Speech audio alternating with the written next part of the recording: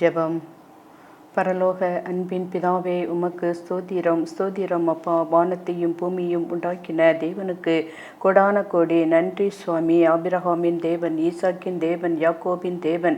எத்தனையோ இழப்புகள், போராட்டங்கள், நிந்தைகள், துக்கங்கள், துயரங்கள் எல்லாவற்றிலும் பாதுகாத்து வருகிற தேவனுக்கு ஸ்தோத்திரம். யோபுக்கு உண்டான எல்லாவற்றையும் பாதுகாத்தது போல எங்களை பாதுகாத்து வந்ததற்காக ஸ்தோத்திரம் அப்பா. எங்களையும் உம்முடைய கரத்திற்குள் மூடி மறைத்து கொள்ளுங்க அப்பா. உம்முடைய மெல்லிய வஸ்திரத்தினால் மூடி பாதுகாத்து கொள்ளுங்க ஏசப்பா. பலப்படுத்துங்க. தேசத்திற்காக ஜெபிக்கிறோம். வாலிப பிள்ளைகளுக்காக ஜெபிக்கிறோம். சிறுவர்களுக்காக மழை காலங்களில் காய்ச்சல், சளி, இருமல், தீராத வயிற்று வலியினால் பாதுகாத்து கொள்ளுங்க ஏசப்பா. ஊழியர்களுக்காக ஜெபிக்கிறோம். மிஷினரி ஊழியர்களுக்காக ஜெபிக்கிறோம்.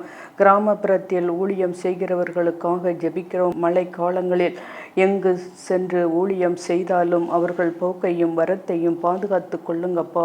கோணலானவைகள் எல்லாவற்றையும் சரி செய்யுங்க அப்பா. படிக்கிற பிள்ளைகளுக்கு சரீர சுகம், பலன் கொடுங்க அப்பா. உம்முடைய வேதத்தை மறவாதபடிக்கு உம்முடைய கட்டளைகளுக்கு கீழ்ப்படிந்து நடக்க கிருபை செய்யுங்க அப்பா. விமானம் மூலம் பிசினஸ் செய்பவர்கள், உயர்கல்வி படிக்கிறவர்கள், ஊழியம் செய்கிறவர்களுக்காக ஜெபிக்கிறோம். பாதுகாத்து கொள்ளுங்கப்பா. மருத்துவர்களுக்காக ஜெபிக்கிறோம். மருத்துவமனைகளில் வேலை செய்பவர்கள், செவிலியர்கள், துப்புரவு பணியாளர்களுக்காகவும் ஜெபிக்கிறோம். அவர்களை பாதுகாத்து கொள்ளுங்க ஏசப்பா. இந்த மழை காலங்களில் வீடு இல்லாமல் மலை சாலைகளில், பாலங்களில், அடிகளில் குடிசை போட்டு வாழ்கிறவர்களுக்காக ஜெபிக்கிறோம். தண்ணீர் வெள்ளம் அடித்து செல்லாதபடிக்கு அவர்களை பத்திரமாக பாதுகாத்து கொள்ளுங்கப்பா. சாப்பாட்டிற்கும் குடிப்பதற்கு தண்ணீர் கிடைக்கும்படியாக கிருபை பாராட்டுங்க ஏசப்பா. திக்கற்றவர்கள், விதவைகள், ஊனர்கள், செவிடர்கள், குருடர், பார்வையற்றவர்கள், மாற்றுத்திறனாளிகள், தொழுநோய்கள் உள்ளவர்களுக்காக ஜெபிக்கிறோம் ஏசப்பா.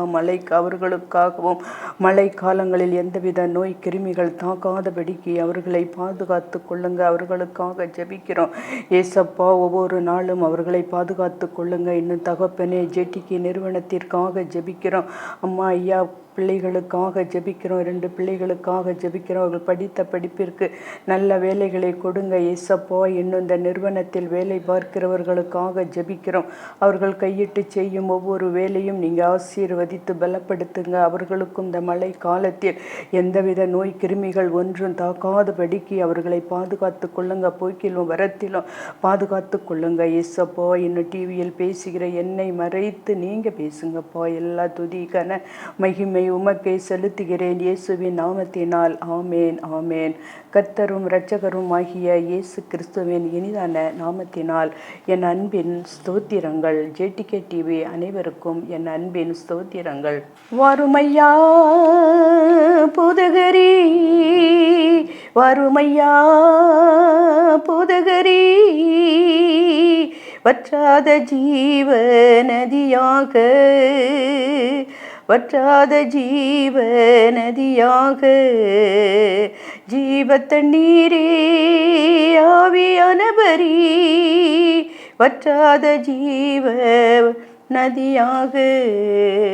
வறுமையா போதகரே, வறுமையா போதகரே, வற்றாத ஜீவ நதியாக, வற்றாத ஜீவ நதியாக. முழங்கால் அளவு போதாதையா, கணுக்கால் அளவு போதாதையா, முழங்கால் அளவு போதாதையா, கணுக்கால் அளவு போதாதையா. நீந்தி நீந்தி மூழ்கணுமே, மிதந்து மிதந்து மகிழனுமே, நீந்தி நீந்தி மூழ்கணுமே, மிதந்து மிதந்து மகிழனுமே. ஜீவ தண்ணீரே ஆவியானவரே, வற்றாத ஜீவ நதியாக, வற்றாத ஜீவ நதியாக. வரும் புதுகரே ஆவியானவரே, வற்றாத ஜீவ நதியாக. கோடி கோடி மீனவர் கூட்டம் ஓடி ஓடி வலை வீசணும். கோடி கோடி மீனவர் கூட்டம் ஓடி ஓடி வலை வீசணும். பாடி பாடி மீன் பிடிக்கணும். பாடி பாடி மீன் பிடிக்கணும். பரலோக தேவனுக்கு ஆள் சேர்க்கணும். பரலோக தேவனுக்கு ஆள் சேர்க்கணும். வறுமையா போதகரே, வறுமையா போதகரே, வற்றாத ஜீவ நதியாக, வற்றாத ஜீவ நதியாக. வறுமையா போதகரே, வற்றாத ஜீவ நதியாக, வற்றாத ஜீவ நதியாக. கர்த்தர் நல்லவர் என்பதை ருசித்து பாருங்கள். கர்த்தாவே சொல்லும் அடியேன் கேட்கிறேன். நாம் இன்று பார்க்க போகிற செய்தி இயேசுவோடு இணைந்து வாழ வேண்டும். இந்த நாட்களில் அநேக காரியங்களில் தேவ ஒத்தாசை நாட வேண்டியது இந்த நாட்களில் அவசியமாய் இருக்கிறது.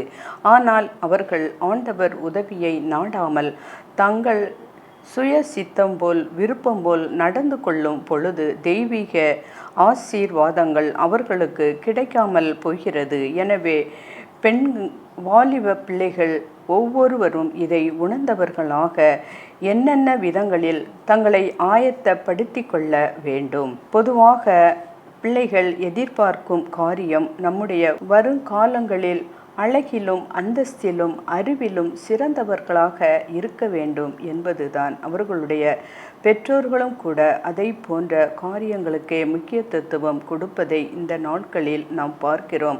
இதன் நிமித்தமாகவே அவர்கள் எத்தனையோ ஏமாற்றங்களையும் கண்ணீர்களையும் சந்திக்க வேண்டியதாக இருக்கிறது. இந்த நிலை மாற அவர்கள் தேவ ஆசீர்வாதங்களை நாடி தேடுவதில் மிகவும் கவனமாய் இருக்க வேண்டும். கர்த்தர் வேண்டிக் கொள்வதற்கும் நினைப்பதற்கும் அதிகமான கிரியை செய்ய வல்லவராகிய ஆண்டவராகிய இயேசு கிறிஸ்து ஒருவரை ஆசீர்வதிக்கும் பொழுது அவர்களை சகல ஐஸ்வர்யத்தினாலும் நிரப்புவார். எபேசியர் 3:20. ஆசீர்வாதத்தின் ஊற்றாகிய ஆண்டவர் நம் உள்ளத்தில் ஏற்றுக்கொண்டு அவரையே தனக்கு எல்லாம் என்று உறுதியாக எண்ண வேண்டும். நாம் இளமையான வயதிலே ஆண்டவரோடு பேசவும் அவருக்கு விருப்பமான காரியங்களை மட்டுமே செயல்படுத்தும் போது அவரே நம்மை கரம் பிடித்து வழி நடத்துவார். பொதுவாக பிள்ளைகளுக்கு சிநேகிதர்கள் அதிகம் இருப்பார்கள். ஆனால் ஆண்டவர் ஒருவரே நல்ல நண்பராகவும் எல்லா காரியங்களிலும் போதுமானவராகவும் இருந்ததால் மிகவும் சந்தோஷமாய் இருக்கும். உலகத்தில் உள்ளவைகளிலும் அன்பு கூறாதிருங்கள். ஒருவன் உலகத்தில் அன்பு கூர்ந்தால் அவன் இடத்தில் பிதாவின் அன்பு இல்லை. ஏனென்றால் மாமிசத்தின் இச்சையும் கண்களின் இச்சையும் ஜீவனத்தின் பெருமையுமாகிய உலகத்தில் உள்ளவைகள் எல்லாம் பிதாவில் உண்டானவைகள், அவைகள் உலகத்தில் உண்டானவைகள். 1 யோவான் 2:15-16. இதைத்தான் வாலிப பிராயத்திலே உன் சிருஷ்டிகரை நின என்று சுருக்கமாக வேதம் சொல்லுகிறது. நாம் இள வயதாய் உள்ளவர்களாய் இருக்கும் பொழுதே ஆண்டவரை நம்முடைய சொந்த இரட்சகராக ஏற்றுக்கொண்டோமானால், பரிசுத்தமான இரட்சகராய் ஏற்றுக்கொள்ளுவோமானால், பரிசுத்தமான நமக்கு பிரியமான வாழ்க்கையில் அவர் நம்மை வழிநடத்துவார். அப்பொழுது ஏற்ற சமயத்தில் நம்முடைய வாழ்க்கை நிச்சயமாக ஆசீர்வாதமாக கர்த்தருக்குள் அஸ்திபாரம் கொண்டதாக அமையும். பெண்களிடம் இருந்து யோசேப்பு தன்னை தப்பித்து கொண்டு தன்னை பரிசுத்தமாக காத்து கொள்ள ஆண்டவர் ஒரு வைராக்கியத்தையும் பரிசுத்த எண்ணத்தையும் கொடுத்து காப்பாற்றியது போல் நம்மையும் காப்பாற்ற மாட்டாரா என்று நாம் நினைக்கும் பொழுது, இப்படிப்பட்ட சோதனைகளிலே நாம் கர்த்தருடைய துணையுடன் காத்து கொள்ளுவோமானால், சூழ்நிலைகளை கொண்டு தவறுகளில் ஈடுபட்டு இருப்பவர்களானால் நம் வாழ்க்கையில் பல பிரச்சனைகள் நம் நாட்களில் நாம் சந்திக்க வேண்டியது இருக்கும். எனவே யோசேப்பை போல தேவ துணையோடும் எல்லாவித தூய்மையான உள்ளத்தோடும் நம்மை காப்பாற்றி கொள்ள ஆண்டவர் எப்பொழுதும் உறுதியாய் பற்றி கொள்ள வேண்டும். யோசேப்பு வாலிப வயதில் தனது சிருஷ்டிகருக்கு பயந்து நடந்ததினால் பார்வோன் ராஜாவே எவ்வளவு அருமையான சிறப்பான மகிமை நிறைந்த திருமணத்தை அவருக்கு நடப்பித்து கொடுத்தான் என்று நாம் பார்க்கிறோம். ஆதியாகமம் 41 அதிகாரம் 45 ராஜா வீட்டு திருமணம் என்றால் எப்படி இருந்திருக்கும்? அருமையான பிள்ளைகளையும் ஆண்டவர் அவனுக்கு கொடுத்தார். இஸ்ரவேல் 12 கோத்திரத்தில் அந்த பிள்ளைகளை சேர்க்கப்பட்டு இருந்தார்கள் என்று பார்க்கிறோம். இவைகளெல்லாம் காரணம் யோசேப்பு தன் வாலிப வயதிலே சிருஷ்டிகர்த்தராகிய தேவனை இறுக பற்றி கொண்டதுதான் அர்த்தம். அது மட்டுமல்ல, எந்த சகோதரர்கள் அவனுக்கு விரோதமாக தீமையான காரியங்களை செய்து அவன் வழியே கெடுத்து போட வேண்டும் என்று எண்ணினார்களோ அதே சகோதரர்கள் வாழ்விற்கு அவன் ஆசீர்வாதமாக மாறும்படி ஆண்டவர் அவ்வளவாய் அவனை உயர்த்தி வைத்தார். தேவ சித்தத்தின்படி அவன் தகப்பனாரும் சகோதரர் குடும்பத்தார் யாவரும் எகிப்து நாட்டிற்கு வந்து குடியிருக்கும்படி அவன் மூலம் ஆண்டவர் அழகான விதத்தில் அவர்களை வழி நடத்தினார். எனவே வாலிப பிள்ளைகள் கூடுமானவரை பெற்றோரால் தெரிந்து கொள்ளப்பட்டவர்களையே நாம் ஏற்றுக்கொள்ளுவது நமக்கு இன்பமான வாழ்வாக இருக்கும். வாழ்விற்கு மிகுந்த ஆசீர்வாதத்தையும் கொண்டு வரும். வாலிப வயதில் அடுத்தவர்களை கூட நாம் கவர்ச்சிக்க இருக்கலாம். இயற்கையாக எல்லாவற்றிலும் அதன் மத்தியிலேயும் கிறிஸ்தவர்கள் தங்கள் மாமிசத்தையும் அதன் ஆசை இச்சைகளையும் சிலுவையில் அறைந்து இருக்கிறார்கள். கலாத்தியர் 5 அதிகாரம் 24 படி மனதில் தோன்றும் ஆசை இச்சைகள் எல்லாம் சிலுவையில் அறைந்துவிட்டு ஆண்டவர் தமது சித்தத்தை பெற்றோர்கள் மூலம் வெளிப்படுத்தும்படி ஜெபத்துடன் காத்திருப்பது மிகவும் நல்லது. எனவே இந்த நவநாகரிக உலகம் போன்ற போக்கை பின்பற்றி நடக்காமல் தேவ சித்தம் இன்னதென்று என்பதை உணர்ந்து அதன்படி நடக்கும் பொழுது தேவனால் ஆசீர்வாதிக்கப்பட்ட வாழ்க்கை நிச்சயமாக கிடைக்கும். பிள்ளைகள் அவர்களது பெற்றோர்கள் செய்ய வேண்டிய மிக பெரிய காரியம் ஒன்று உண்டு. அது என்னவென்றால், எதிர்காலத்தில் ஆசீர்வாதத்திற்காக உபவாசத்தோடும் ஜெபத்தோடும் கர்த்தரின் பாதத்தில் நம் வேண்டுதல்களை கர்த்தரிடம் சொல்லி அதற்காக வேண்டுதல் விண்ணப்பங்களை எல்லாம் கர்த்தரிடம் கேட்கும் பொழுது பரலோகத்தில் இருந்து அவர்களுக்கு பதில் அளிப்பார். பாக்கியமான நன்மைகளை நமக்கு வல்லமையினால் நிச்சயம் தருவார். கர்த்தாவே, உம்மை நோக்கி கூப்பிடுவேன், கர்த்தரை நோக்கி கெஞ்சினேன் என்று வேதம் சொல்லுகிறது போல கர்த்தரை நோக்கி அனுதினமும் கெஞ்சும் பொழுது என்ன நடக்கும் என்றால், என் புலம்பலை ஆனந்த களிப்பாக மாற்றினார் என மகிமையாக நாம் கீர்த்தனம் பண்ணி பாடும்படியாக நம் இரட்சகரை நோக்கி பார்க்கின்றோம். இப்படிப்பட்ட தெய்வீகம் நிறைந்த நம்முடைய வாழ்க்கையின் மூலம் நம் எதிர்காலம் மிகவும் சீரும் சிறப்புமாக நிறைந்ததாக மாறும். அரிய பெரிய காரியங்களை நம் வாழ்விலே செய்து கர்த்தர் ஆசீர்வாதமாக நடத்துவார். நம் குடும்பங்களில் உடைந்து போன நிலையில் கசப்பின் பாதையிலும் சமாதானமின்றி சஞ்சலத்தின் காரணமாக நாம் ஆண்டவரை இயேசு கிறிஸ்துவுக்கு நம்முடைய வாழ்க்கையிலும் முதல் இடம் கொடுத்து முக்கியமான பங்கையும் கொடுக்காமல் மாமிசத்தின் இச்சையும் கண்களின் இச்சையும் ஜீவனத்தின் பெருமையும் ஆகிய உலகத்தில் உள்ளவைகளுக்காக பிசாசின் கிரியைகளுக்கே அவர்கள் மூலம் இடத்தை கொடுக்கிறோம். மார்த்தாளின் சகோதரியாகிய மரியாளை பற்றி ஆண்டவராகிய இயேசு, இவள் தன்னை விட்டு எடுபட நல்ல பங்கை தெரிந்து கொண்டாள் என்று சொல்லி அவளை குறித்து பெருமையாக பேசினார். ஆனால் அவள் சகோதரியாகிய மார்த்தாளை குறித்தோ, மார்த்தாளே, நீ அநேக காரியங்களை குறித்து கவலைப்பட்டு கலங்குகிறாய், தேவையானது ஒன்றே என்று சொல்லி அவள் சகோதரி எவ்வாறு தன்னை உறுதியாய் பற்றி கொண்டு இருக்கிறாள். சாலோமன் ராஜா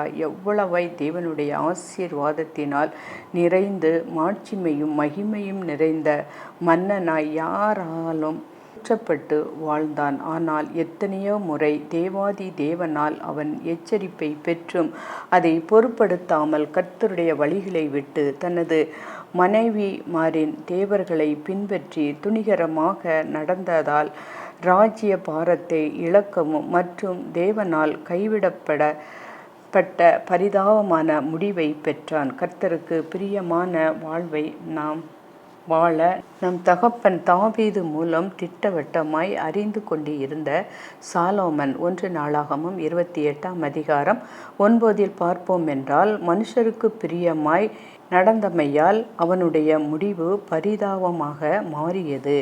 இன்று கூட நாம் இது போன்ற பெற்றோர்கள் தங்கள் பிள்ளைகளை பக்தியின் வழிகளில் சிறு வயதிலே வளர்த்திருந்தா வாலிப வயதில் தவறான நண்பர்களின் சேர்க்கையின் நிமித்தம் தங்கள் மனம் போன வாழ்க்கையை அவர்கள் தெரிந்து கொண்டு பெற்றோரின் மனம் புண்படும்படியான காரியங்களில் ஈடுபடுகின்றனர். ஆனால் ஆசீர்வாதங்களையும் இழக்கின்றார்கள். வாழ்க்கை வாழ்வதற்கே பிரியமில்லாத நிலையிலேயும் எவருடைய உதவியும் இல்லாத பரிதாபமான தனிமை நிலையிலேயும் பலர் தவிக்கின்றார்கள். ஒரு சிலர் மிகுந்த மன வேதனையின் நிமித்தம் தங்கள் வாழ்வையே முடித்து கொள்ளவும் கூட முயற்சிக்கிறார்கள். மனுஷர் மேல் தங்கள் நம்பிக்கையை வைக்காமல் கர்த்தர் மேல் முழு நம்பிக்கையை வைத்து அவரை சார்ந்து கொள்ளும் பொழுது அவர்கள் வாழ்வு பாக்கியம் நிறைந்ததாக, செழிப்பாகவும் ஆசீர்வாதம் நிறைந்ததாகவும் இருக்கும். கர்த்தரோடு நெருங்கி அவரையே சார்ந்து ஜீவிக்கும் வாழ்க்கை எப்படி பெற்றுக்கொள்வது என்றால்,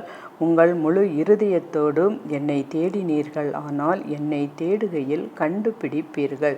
தேடுதல் என்பது 2 முக்கிய அடிப்படையான காரியங்களில் பொறுத்ததாகும். ஒன்று வேதம் வாசிப்பது, 2வது ஜெப வாழ்வில் மூலம் கர்த்தரை தேடுவது. ஆண்டவராகிய இயேசுவை பிசாசு சோதிக்கிற பொழுது அவர் தேவனுடைய வசனத்தின் மூலமாக அவனை ஜெயித்தார். நாமும் சோதனைக்குள் உள்ளாகி தவிக்கும் பொழுது வசனத்தினால் ஜெயத்தை பெற்றுக்கொள்ள அவைகளை பாராமல் படித்து மனதிற்குள் உட்கொள்ளுவோம். அப்பொழுது பிசாசு வெட்கமடைந்து போவான், நம்மை விட்டு ஓடிப்போவான். பெரு வெள்ளம் வந்து நீரோட்டம் அவர்களை மேல் மோதுகிற நிலை வந்தாலும் அது கர்த்தராகிய இயேசு கிறிஸ்துவாகிய கன்மலையின் மேல் அஸ்திபாரம் போடப்பட்டதாய் அமைக்கப்பட்டதால் என்றென்றும் நிலைத்து இருக்கும். லூக்கா 6ஆம் அதிகாரம் 48ஆம் வசனம். தேவன் தமது கண்களை எப்பொழுது வைப்பார்? அவர்களது வாழ்வை கண்ணீரிலோ ஏமாற்றத்தின் பாதையிலோ நடத்தாமல் உயர்வையும் மேன்மையும் அருளச் செய்து ஆசீர்வாதமான பாதையில் நடத்துவார். நான் உனக்கு போதித்து நீ நடக்க வேண்டிய வழியை காட்டுவேன். உன்மேல் என் கண்ணை வைத்து உனக்கு ஆலோசனை சொல்லுவேன். எல்லாரும் அன்றாட வாழ்வில் அதிகாலையில் வேத வசனங்களை நாம் கருத்தாய் பக்தியுடன் வாசிக்கும் பொழுது கர்த்தருக்கு பிரயோஜனமானவைகளை அதன் மூலம் போதிப்பார். நடக்க வேண்டிய வழி இதுவே என்று காண்பிப்பார். தேவையான ஆலோசனைகளை கூறி கரம் பிடித்து வழி நடத்துவார். அவருடைய வழிகள் சமாதானத்துக்கு ஏதுவானவைகளாக இருக்கும், செம்மையானவைகளாயும் இருக்கும். பிரியமானவர்களே, தேவன் இவ்விதமாக நம்மிடத்தில் அன்பு கூறத்தக்க நாமும் ஒருவரிடத்தில் ஒருவர் அன்பு கூற கடனாளிகளாய் இருக்கிறோம். தேவனை ஒருபோதும் ஒருவனும் கண்டது இல்லை. நாம் ஒருவரிடத்தில் ஒருவர் அன்பு கூர்ந்தால் தேவன் நமக்குள் நிலைத்து இருப்பார். ஆம், கர்த்தருடைய ஆவியானவர் வேத வசனங்கள் மூலம் சீர்படுத்தி குறைவுகளை யாவற்றையும் அகற்றி தேவனுக்கு பிரியமான பரிசுத்தமான வாழ்வு வாழ உதவி செய்வார். வேதத்தை கேளாதபடிக்கு ஆரம்பத்தில் இருந்தே நம் வேத வாசிப்பை வாஞ்சையோடும் கருத்தோடும் கைக்கொள்ளும் பொழுது நேரம் இருந்தால் மட்டுமே அரை குறையாக வாசிக்கும் பழக்கத்தை மாற்றி அதற்கு முதல் ஸ்தானத்தை கொடுத்து அதன் மூலம் தேவனுடைய ஆசீர்வாதமான வழி நடத்துதலை பெற்று தேவனுக்கேற்ற கிரியைகளை நடப்பியுங்கள். வேத வாசிப்பிற்கு முக்கியத்துவம் கொடாமல் ஜெப வாழ்க்கையை மட்டும் கடைபிடிப்பது சரியான வழி அல்ல. அப்படிப்பட்ட வாழ்க்கையும் கர்த்தருக்கு பிரியமாய் இருக்காது. வேதத்தை கேளாதபடி தன் செவியை விலக்குகிறவனுடைய ஜெபமும் அருவருப்பானது. எனவே வேத வாசிப்பையும் கவனமாக ஆண்டவரோடு உறவாடுகிற ஜெப வாழ்க்கையும் கருத்தாய் கடைபிடித்து நிறைவானதும் இன்பமான வாழ்வையும் பெற்று நாம் மகிழலாம். கர்த்தருக்குள் நம் பாடுகள் ஒரு நாளும் வீணாகாது. கர்த்தருக்குள் நம் பாடுகள் ஒரு நாளும் வீணாகாது. அசையாமல் உறுதியுடன் அதிகமாய் செயல்படுவோம்.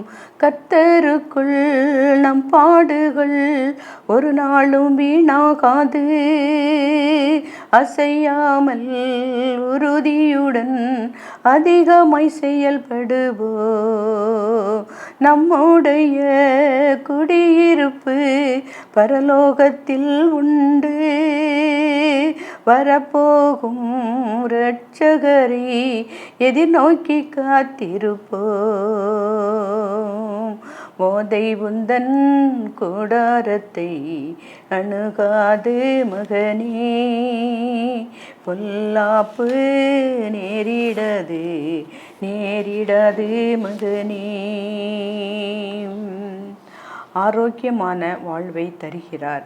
நம் விசுவாசம் உன்னை ரட்சித்தது என்று சமாதானத்தோடே போய் உன் வேதனை நீங்கி சுகமாயிரு. பிரியமானவனே, உன் ஆத்துமா வாழ்கிறது போல நீ எல்லாவற்றிலும் வாழ்ந்து சுகமாயிருக்கும்படி வேண்டுகிறேன்.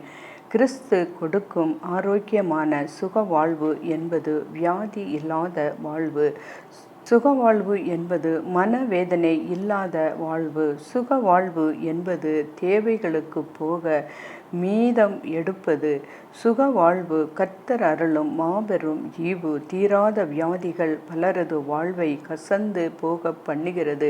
தீராத கடன் பிரச்சனைகள் பலரது வாழ்வை வருத்தத்திலும் வேதனையிலும் தள்ளி விடுகிறது. சத்துருவினால் வரும் போராட்டங்கள் மன அமைதியை இழக்கச் செய்து விடுகின்றன. குடும்பத்தில் பலர் பணத்திற்காகவும் பொருளுக்காகவும் சண்டையிட்டு தேவ அன்பை இழந்து விலை மதிப்பற்ற ஆத்தும ரட்சிப்பையும் கர்த்தரின் கிருபைகளையும் அற்பமாக நினைத்து தேவ பாதுகாவலை இழந்து போகிறார்கள். கர்த்தர் ஒரு மனிதனுக்கோ ஒரு குடும்பத்துக்கோ சமாதானத்தை அருளாத பட்சத்தில் சமாதானத்தை பெறுவது என்பது முடியாத காரியம். துன்மார்க்கருக்கு சமாதானம் இல்லை என்று என் தேவன் சொல்லுகிறார். ஏசாயா 57:21 படி அதே நேரம் கர்த்தருடைய வேதத்தை நேசித்து கர்த்தரை உறுதியாய் பற்றி கொண்டு வாழும் யாவருக்கும் அவர் சமாதானத்தை பரிபூரணமாக கொடுத்து நம்முடைய வேதத்தை நேசிக்கிறவர்களுக்கு மிகுந்த சமாதானம் உண்டு. அவர்களுக்கு இடரல் இல்லை. உம்மை உறுதியாய் பற்றி கொண்ட மனதை உடையவன் உம்மையே நம்பியிருக்கிறபடியால் நீர் அவனை பரிபூரண சமாதானத்துடன் காத்து கொள்ளுவீர். நமது வாழ்விலும் நிறைவேற நாம் அனுதினமும் பரிசுத்த வேதத்துடன் சில மணி நேரமாவது செலவிட வேண்டும். அதுபோல ரூத் வறுமையிலும் இழப்பிலும் தனிமையிலும் எப்படி கர்த்தரை உறுதியாய் பற்றி கொண்டாளோ அதுபோல கர்த்தரை விடாப்பிடியாக பிடிக்கும் அனைவரையும் ஒருபோதும் சத்துருவின் கையில் விடுவது இல்லை. விசுவாசத்தில் உறுதியாக இருப்பவர்கள் மாத்திரமே பிசாசின் வஞ்சனையை முறியடித்து வெற்றியுள்ள கிறிஸ்தவ ஜீவியம் செய்வார்கள். கிறிஸ்துவுடன் இணைந்த வாழ்வை தருகின்றார். கிறிஸ்து இணைந்த ஆத்துமாக்களுக்கு கிறிஸ்து ஜீவனும் மகிமையுமாய் இருக்கிறார். கிறிஸ்து எனக்கு ஜீவன், அவருக்குள் ஜீவன் இருந்தது, அந்த ஜீவன் மனுஷனுக்கு ஒளியாய் இருந்தது. யோவான் 1:4 உலகத்தில் வந்து எந்த மனுஷனையும் பிரகாசிக்கிற ஒளியே அந்த மெய்யான ஒளி.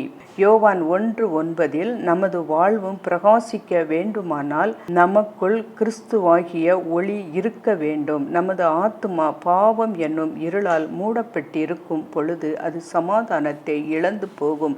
தேவ பிரசன்னத்தையும் மகிழ்ச்சியையும் இழந்து போகும். பாவமுள்ள ஆத்துமா அடிமைத்தனத்துக்குள் இருப்பதால் வேடனுடைய வலையில் சிக்கி பறவைகள் கூண்டில் அடைபட்டு இருப்பது போல பார்ப்பதற்கு அது அழகாய் தோன்றினாலும் அது சந்தோஷமாக பறந்து திரிவது கூடாத காரியம். அதன் எஜமான் என்ன உணவை போடுகிறானோ அதையே உண்டு உறங்கி எழும்பது போல சத்துருவாகிய சாத்தான் அநேக ஆத்துமாக்களை பாவம் என்ற கூண்டில் அடைத்து அவனுடைய விருப்பத்தை அவர்கள் மூலமாக நடப்பித்து வருகிறான். இதையே கிறிஸ்து சொல்லுகிறார். கிறிஸ்து அவர்களுக்கு பிரதியுத்தரமாக, பாவம் செய்கிறவன் எவனும் பாவத்துக்கு அடிமையாய் இருக்கிறான் என்று மெய்யாகவே உங்களுக்கு சொல்லுகிறேன். அடிமையானவன் என்றென்றைக்கும் வீட்டிலே நிலைத்து இரான், குமாரன் என்றைக்கும் நிலைத்து இருக்கிறார். ஆகையால் குமாரன் உங்களை விடுதலையாக்கினால் மெய்யாகவே விடுதலை ஆவீர்கள். யோவான் 8:34-36 அநேக குழப்பம் பலவீனம் என்ற சிறையில் உள்ளனர். அநேகர் கவலை, விரக்தி, அதிருப்தி, துக்கம், மனச்சோர்வு இப்படிப்பட்ட காரியங்களில் இருந்து விடுதலை பெற முடியாமல் வாழ்கிறார்கள். ஆனால் கிறிஸ்துவை உள்ளத்திலும் இல்லத்திலும் ஏற்றுக்கொண்டவர்கள் கிறிஸ்துவின் ஆவியால் நிரம்பி நாம் ஜெபிக்கும் பொழுது, பாடி ஆராதிக்கும் பொழுதும் மெய்யான விடுதலை பெறுவோம். பவுலும் சீலாவும் சிறைச்சாலையில் பாடி துதித்தும் மாபெரும் விடுதலை அவர்கள் ஆத்துமாவில் மாத்திரமல்ல அவர்கள் சரீரத்திலும் உண்டானது.